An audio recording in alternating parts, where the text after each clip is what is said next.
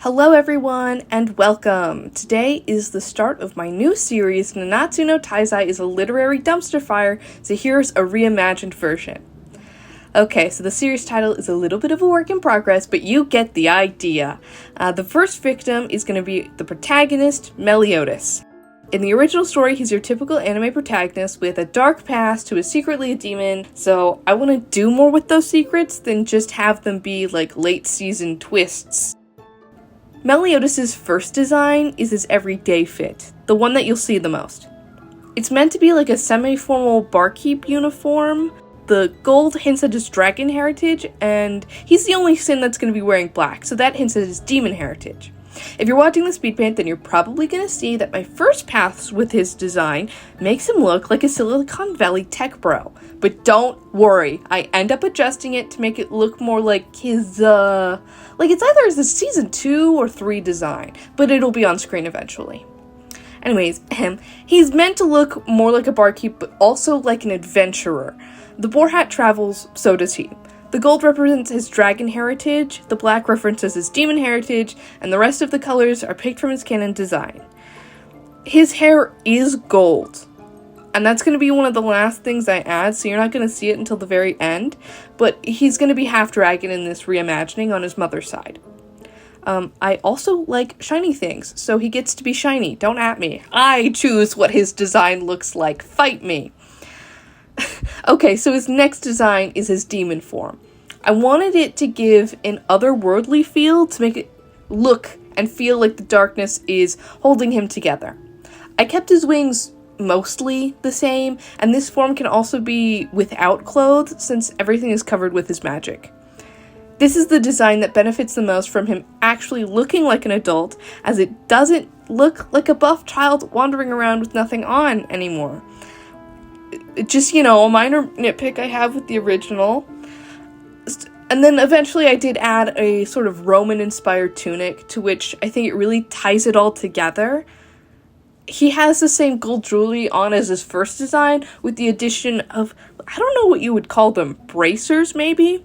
Also, ignore the fact I completely forgot about his dragon sword until after I got done with his second design, so it isn't in his second design, but it is in his first and third designs. Eventually. Okay, and then for his second design, his eyes are probably the most important aspect. They're meant to be mostly black with hints of green, so you can see his humanity through them.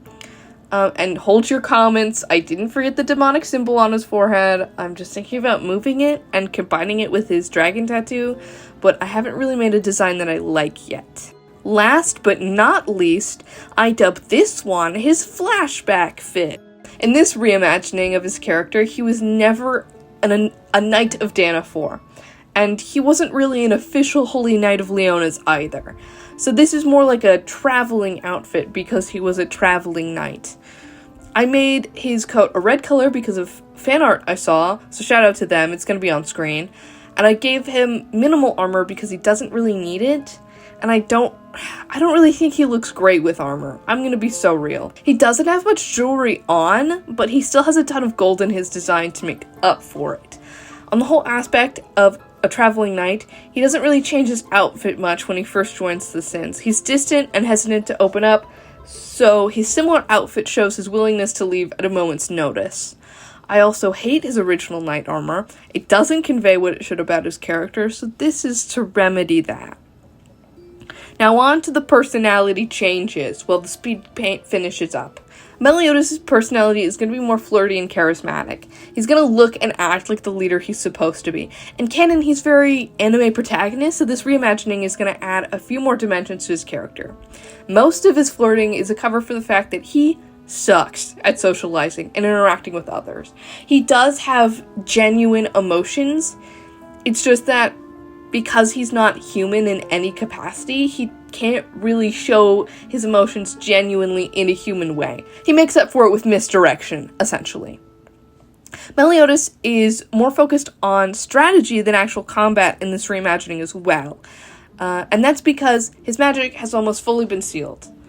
Full Counter is the only magical ability he has. He can't even access his demon powers until one of the goddess's seals is released. So this nerfs Meliodas, but he's not going to be helpless. He's still gonna, like, he's been wandering for thousands of years. He's going to be like a swords master, but that feels pretty obvious. I also think it'd be interesting to have a person who basically uses no magic while his entire crew uses it. I think that's a really cool dynamic. Oh, and in this reimagining, he's going to lead on the side of pacifism. But that's going to be something that I'm going to have to work out a little bit better, because I don't know if I want it to be, like, action-focused, or if it's going to be, like, a full political thriller. That's something I haven't yet to work out, because I haven't really touched any of the other characters yet, so it's kind of dependent on them.